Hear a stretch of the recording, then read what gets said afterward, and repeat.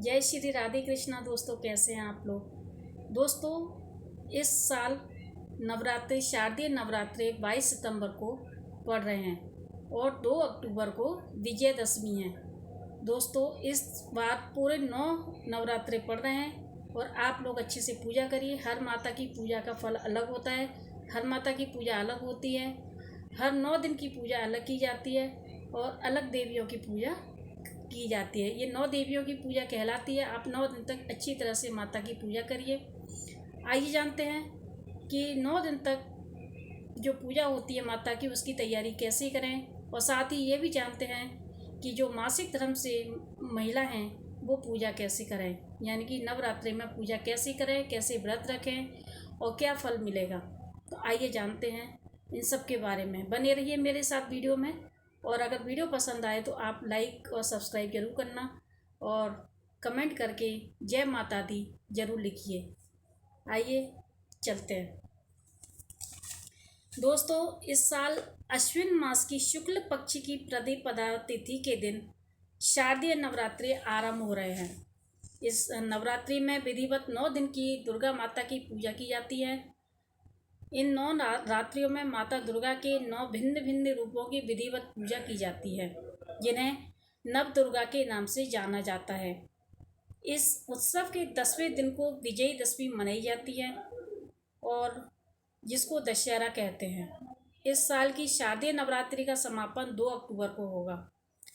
दोस्तों अब आपको क्या करना है कि सुबह जब आप उठोगे तो सबसे पहले पूरे घर की सफाई कीजिए, स्नान आदि करके, और मंदिर को साफ़ कर लीजिए।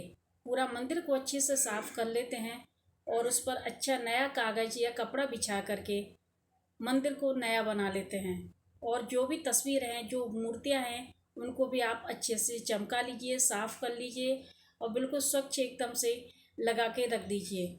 ये तो हो गई मंदिर की पूरी तैयारी। साथ ही हमको चाहिए माता की पूजा के लिए सामग्री। मैंने कल आपको बता दी थी, वैसे चलो एक बार और बता देती हूँ कि माता की पूजा की सामग्री हमें क्या क्या चाहिए।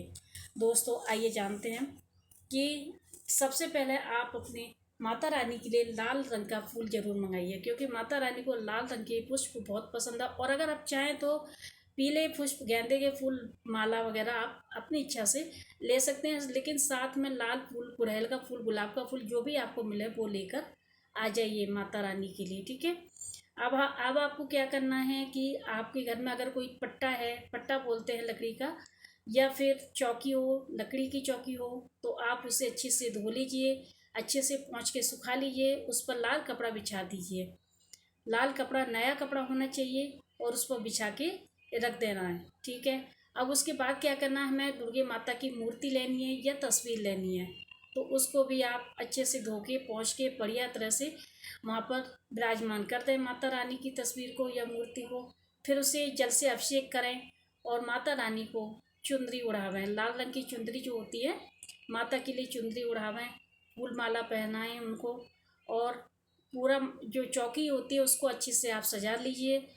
माता की जो चौकी होती है वो अच्छे फूलों से सजी होनी चाहिए और घी का दीपक जला लीजिए। अब आती है बारी हमें कलश स्थापना कैसे करें।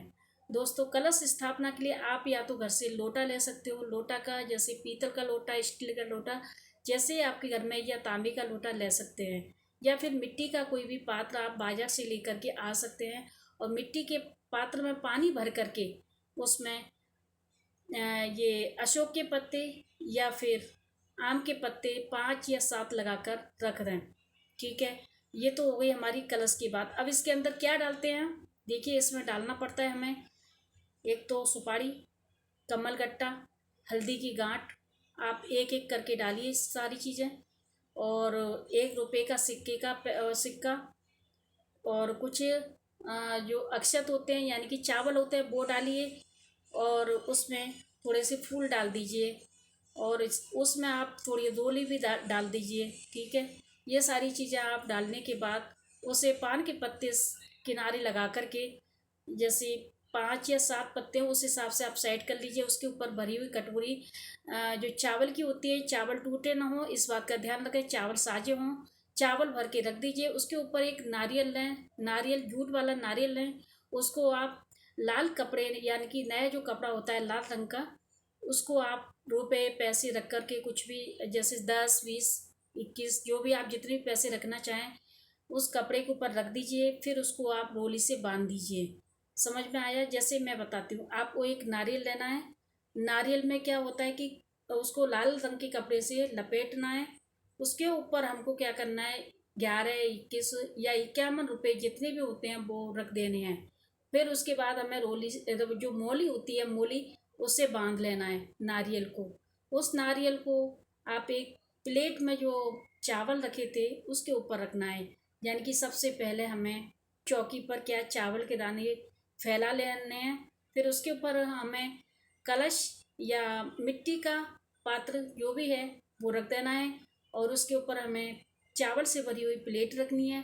उसके ऊपर हमें नारियल रखना है, जो कि रुपए रुपए आपने जो बांधे थे और लाल कपड़ा बांधा था वो नारियल आपको रखना है। ठीक है, ये तो हो गई कलश स्थापना। अब आगे क्या करना है, एक लेना है चौड़ा पात्र मिट्टी का, उसमें मिट्टी भरनी है और जौ लेकर के एक दिन पहले आप जौ भिगा दीजिए। मार्केट में जौ के पैकेट मिलते हैं छोटे छोटे, अभी शुरू हो जाएंगे नवरात्रे में।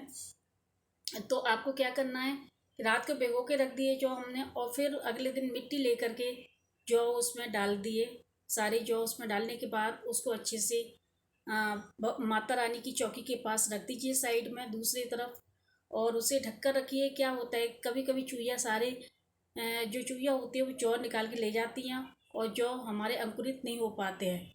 और आपको फिर क्या करना है, माता रानी के पास आपको फल, मिठाई, फूल आदि ये चीज़ें रखनी है। और फिर आपको क्या करना है, अग्यारी का सामान भी रखना है, जिससे आप अग्यारी करते हैं वो रखिए। उसके बाद आप माता को टीका लगाइए, लाल रंग का टीका लगाइए, अक्षत लगाइए, पुष्प चढ़ाइए और फिर उनको अच्छे से पूजा कीजिए, उनकी आरती कीजिए और सप्तशती या फिर दुर्गा चालीसा का पाठ कीजिए, अग्यारी कीजिए और माता को लौंग और बतासे का भोग लगाइए। ये आप अग्यारी में भी डाल सकते हो और माता का भोग भी लगा सकते हो। उसके बाद आप माता की आरती गाइए और माता की पूजा जब होने के बाद उनको धूप लगाइए। आपने जो अग्यारी की थी उसके उसकी जो भभूत होती है वो पूरे घर में लगाइए, आप खुद भी लगाइए, माता को धूप लगाइए, माता को प्रणाम कीजिए। अंत में उनसे क्षमा मांग लीजिए कि आपसे अगर कोई पूरे दिन में कोई गलती हो गई हो तो आप उसे क्षमा करें माता रानी। और माता रानी की जय जयकार लगाइए, माता रानी के भजन चलाइए अपने घर में। ये माता रानी की होगी हमारी पूजा। अब आती है व्रत की बारी। व्रत में क्या होता है कि आप चाहें तो एक टाइम खाना खा सकते हैं, चाहे तो फलार कर सकते हैं, चाहे तो कोई फल फ्रूट आदि खा सकते हैं। जैसी आपकी इच्छा है, जैसी आपकी सामर्थ्य है वैसे आप रह सकती हैं।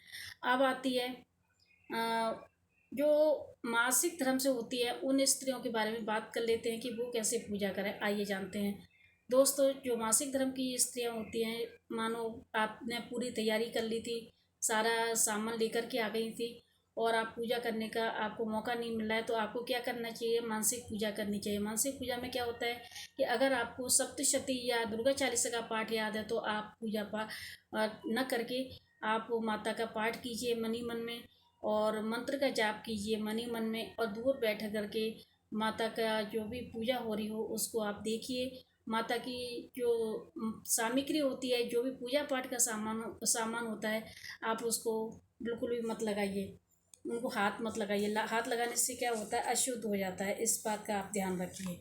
और कई लोग क्या करते हैं कि मंदिर चले जाते हैं, लेकिन उनको मंदिर भी नहीं जाना चाहिए। मंदिर जाने से पाप लगता है, ये तो आपको पता ही है, लेकिन कई लोग आजकल विरोध कर रहे हैं इस चीज़ का कि मंदिर जाने पर पाप नहीं लगता है, कुछ नहीं होता है, जाना चाहिए सबको।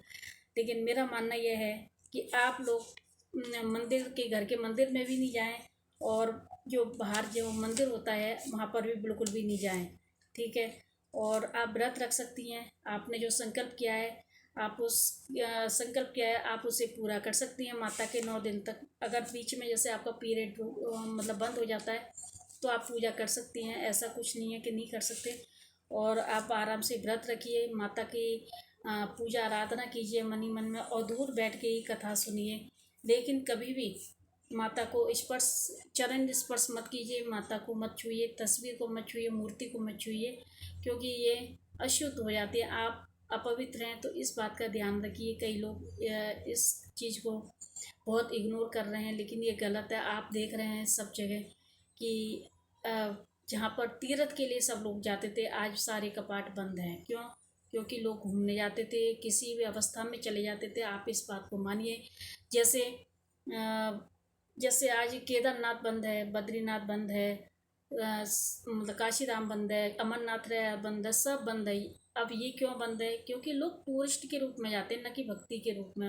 वहाँ पर भगवान रहते हैं। भगवान ने देखो सारी व्यवस्था एक साथ बंद कर दी। अब आप देखो कितना, मतलब आप अपने भगवान से छिपा रहे, जबकि भगवान सब जगह देखते हैं। चलिए ये बात, इस टॉपिक पर हम बाद में बात करते हैं। तो आप खुद ही सोचिए कि मासिक धर्म के दौरान क्या भगवान की पूजा या माता की आराधना करना या फिर माता की पूजा करना सही है? वो तो आपको खुद ही पता चल जाएगा, जैसे आप खुद सोचोगे। या तो लेकिन अगर आपको अपना पूरा फल पाना है माता की, तो उसके लिए आपको क्या करना है कि आप बस मंत्र जाप कीजिए। माता रानी का जो सप्तशती या दुर्गा चालीसा का पाठ है, उसको आप मन ही मन में कीजिए, याद है तो। नहीं तो कोई पढ़ के सुना दे तो आप सुन लीजिए, कथा सुन लीजिए दूर बैठ करके, कीर्तन कर लीजिए बैठ करके। कोई समस्या नहीं है। फल भी आपको उतना ही मिलेगा जितना जो आम लोग पूजा करते हैं उनके बराबर ही आपको फल मिलेगा। क्योंकि जो भावनाएं होती हैं, भगवान भावनाएं देखते हैं, भगवान भाव देखते हैं। भाव से भगवान को अगर कोई पुकारता है तो भगवान जरूर आते हैं।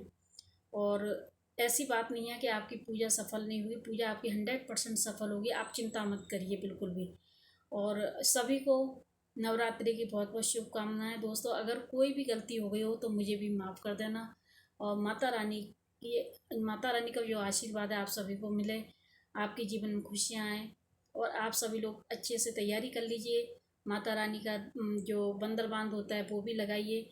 और जो धोली से रंगोली बनाते हैं वो भी आप बनाइए। जो कलर होते हैं उनसे रंगोली बनाइए, माता रानी के चरण बनाइए।